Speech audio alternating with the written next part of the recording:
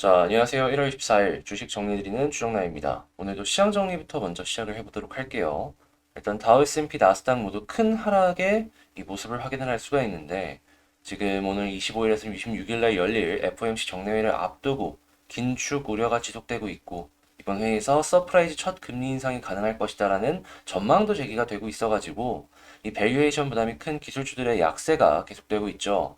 이 금리 인상에 대한 내용을 조금만 더 체크를 해보자면 계속 말씀드렸는데 올해는 원래는 3회였다면 7회까지 가능성이 늘어났고 금리 인상이 3월 달에 한꺼번에 50bp를 인상할 가능성도 커지고 있다라고 합니다. 이러한 상황들은 한동안 계속되지 않을까라고 생각을 해볼 수가 있을 것 같고요. 특히나 성장주들의 약세는 조금 더 도드라지게 나타나지 않을까 예측을 해볼 수가 있을 것 같습니다. 지금 일단 그리고 국채금리 같은 경우에는 이 저번 주에 주중 1.9%까지 급등을 이 10년물이 보여주곤 했는데 잠깐 이제 반등하는 모습이 보여주면서 미국 국채 같은 경우에는 10년물 기준 1.75까지 올라가주는 모습을 확인을 할 수가 있었습니다. 그리고 3월 금리 인상 가능성이 원래 100%였는데 지금 89.7%까지 약간 반등한 모습을 확인을 할 수가 있어가지고 이런 부분도 진행이 되고 있다는 건 체크를 해놓으면 좋겠고요. WTI는 85.14달러, 0.48% 하락 마감, 그리고 달러 약세의 금 하락이 보여졌네요. 추가적으로 개별 미국 종목 중에 하나를 이제 봐야 된다라고 하면은 이 넷플릭스 관련된 내용이 이제 한동안 계속되지 않을까 싶은데 이 넷플릭스의 실적이 시장의 예상치에 조금 못 미친 점, 뭐 그런 것도 있는데 근본적인 이유를 한번 체크를 해보자면 이 가입자가 새로 들어오는 그 양이 생각보다 너무 조금 별로라 가지고 모건 스탠리가 이번에 넷플릭스 투자 의견을 비중 확대해서 동일 비중으로 낮추고 목표 주가를 700에서 450달러로 대폭 하향했다라고 하죠. 넷플릭스 주가는 이러면서 21% 넘게 하락하는 모습을 보여줬는데 이 미국 나스닥에서도 대장 중에 한 명이 이 넷플릭스가 이런 식으로까지 떨어지는 모습을 보여주다 보니까 나스닥 같은 경우에는 우리가 이제 예상했던 예상치보다도 더 많이 빠지는 모습이 보여졌는데요. 이게 드라마틱한 반전을 보여주는 것이 아니라면 현 상황은 한동안 지속되지 않을까 생각이 들고 당연히 디즈니 플러스나 아니면은 이 HBO Max 같은 서비스를 전개를 하는 회사들 같은 경우에는 이러한 부분 신경을 안 쓸 수가 없겠죠. 그리고 어떤 식이라도 한정된 파일을 차지하기 위해서 이 컨텐츠 쪽에 투자를 더욱더 집중할 것이다라고 예상이 드는데요. 한국 같은 경우에는 이런 상황 속에서 나름 긍정적인 시그널이다 생각을 해볼 수가 있겠죠. 이유는 당연히 이 많은 사람들을 자기네 이제 플랫폼으로 끌어모으기 위해서는 재밌는 컨텐츠가 있어야 되고 한국은 요즘에 전 세계로 통하는 이 컨텐츠 제작 능력을 검증을 했으니까 말이죠.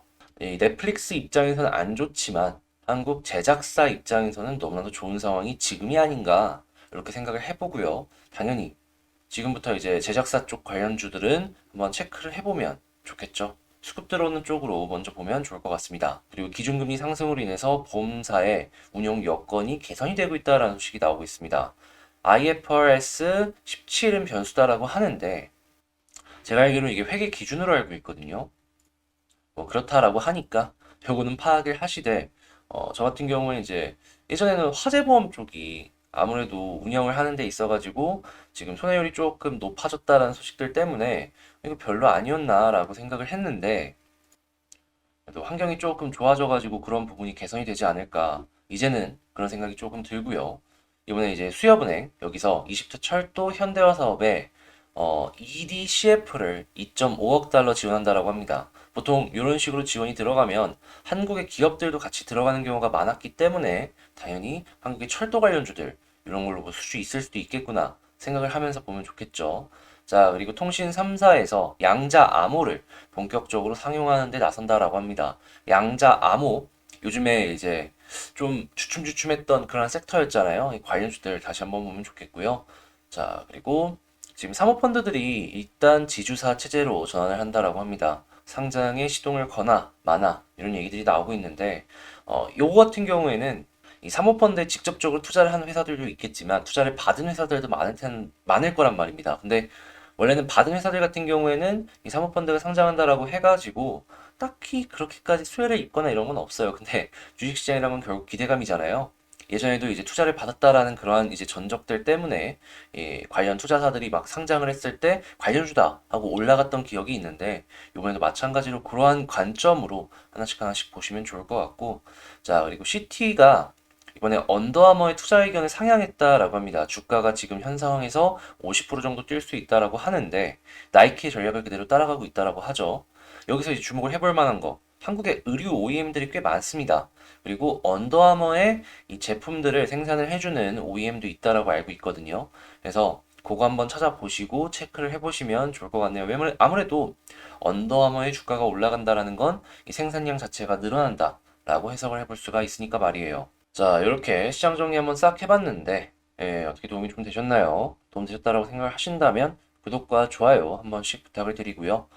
그리고 제가 이제 오늘부터 텔레그램 공부방을 이제 오픈을 시작을 했습니다. 지금 제가 방금 말씀드린 내용들 같은 경우에는 지금 오늘 장 시작 전, 오늘 같은 경우에 8시에 올려드렸는데 먼저 확인을 하고 싶다라고 생각을 하신다면 이 텔레그램 링크 거기로 들어와 주시면 보다 더 편하게 보실 수가 있을 것 같네요. 자, 그러면 개별 종목 한번 봐보도록 할게요. 자, 제가 이번에 가지고 온 종목은 두산중공업을 가지고 왔습니다. 지금 일단 두산중공업 같은 경우에는 시장이 좀 안 좋다 보니까 오늘 이전 저점까지 이탈을 하면서 추가적인 하락이 나온 걸 확인을 할 수가 있죠. 이 시장을 이기는 종목이 그렇게 많이 없고 대형주들 같은 경우에는 아무래도 시장이랑 계속해서 엮여서 움직이는 모습을 보여주다 보니까 이런 모습이 나오는 게 어쩔 수 없다라고 할 수는 있어도요. 근데 이제 우리들 입장에서는 좋은 건 없잖아요. 그죠? 그리고 이 지지라인 부근을 이렇게 시장 안 좋을 때 이탈하는 모습 보여주고 나중에 시장 좋아졌을 때 반등하면 모르겠는데 반등 못 해주면 추가적인 하락이 많이 나오는 모습도 보여지곤 하거든요. 하다 보니까 두산중공업 역시도 지금 마냥 이 걱정을 안 하면서 볼 수는 없을 것 같다라고 말씀을 드릴 수가 있을 것 같은데 뉴스 하나씩 보면서 그래도 여기서 이제 좋은 걸 어떤 걸 보면서 꼽아볼 수 있을지 체크를 해보도록 하겠습니다. 자, 일단 나온 내용들 하나씩 보자면 첫 번째, 원자력 발전 백서 올해도 안 낸다. 문정부에서 발간이 0이다. 라는 내용이 있습니다. 이걸 보면서 이제 느낄 수 있는 부분은 현 정부는 참 일관되구나. 그런데 현 정부가 이제 얼마 안 남았죠. 올해 3월 달에 투표 진행하고 5월 달에 이제 정권 이양이 진행이 될 테니까 이런 내용들은 그냥 이런 거는 그냥 하나의 이슈로 넘기면 될 것 같고요. 자, 그리고 이게 조금 크게 적용을 할 수도 있을 것 같은데 제 개인적인 생각이랑 같이 한번 엮어서 말씀을 드리자면 자, EU 집행이 가스 원자력 녹색 분류 계획의 자문단도 반대.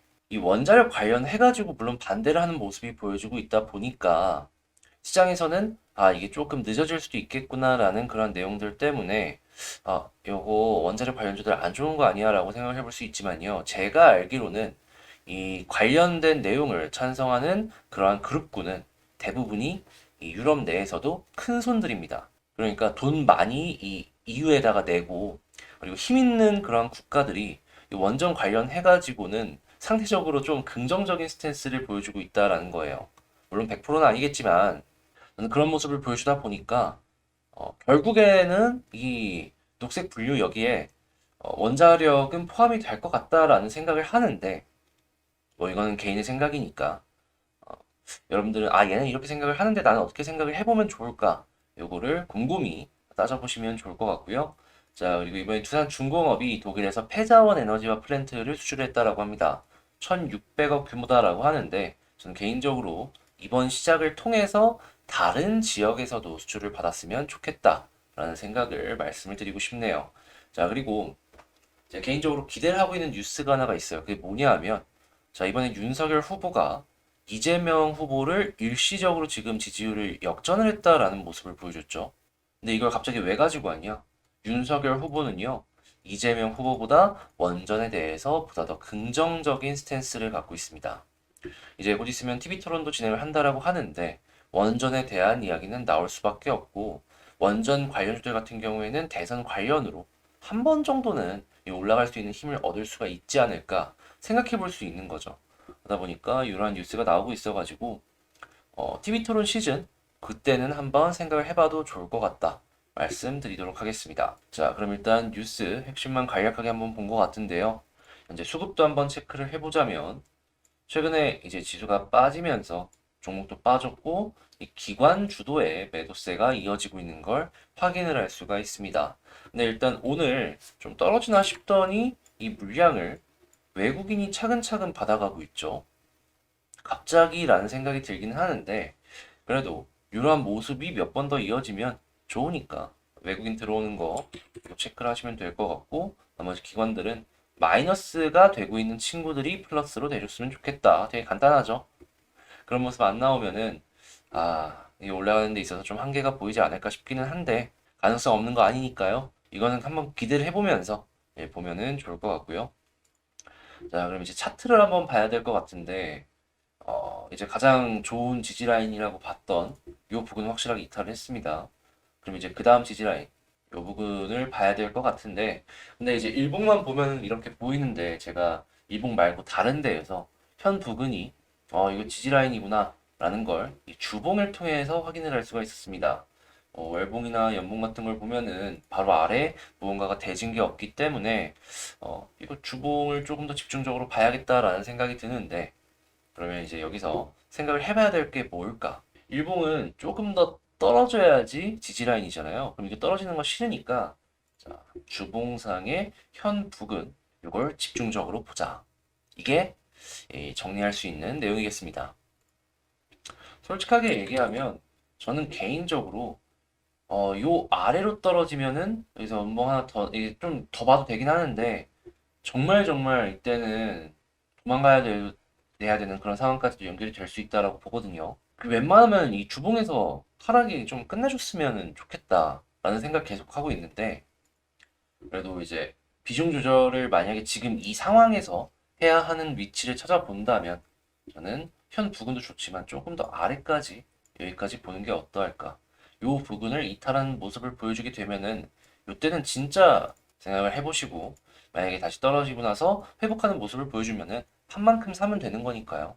그런 기본 전략을 가지면서 이 두산중공업 봤으면 좋겠네요. 그리고 이제 만약에 이제 올라가는 경우의 수도 한번 생각을 해봐야 될 것 같은데 자, 여기랑 비슷한 그림이 어디일까 체크를 해보면 여기를 꼽아볼 수 있을 것 같거든요.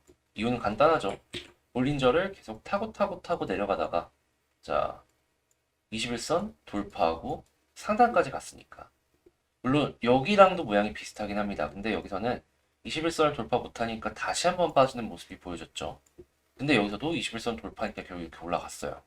그러면 이번에도 한번 비슷한 흐름을 한번 생각을 해보자면 자, 볼린저 이제 타고 떨어지고 있는데 11선 돌파하면 21선 부근까지는 올라가주는 모습을 보여줬지만 그 거리가 좀 얇다 보니까 만족 못 하잖아요. 자, 21선까지 돌파해주는 모습을 보여주게 된다면 볼린저 상단까지는 한번 생각을 해봐도 좋을 것 같다라고 정리를 해볼 수가 있을 것 같네요. 자, 그러면 그냥 정리를 현 부분에서는 어떻게 보면 되냐? 이건 뭐 나중 일 아니냐?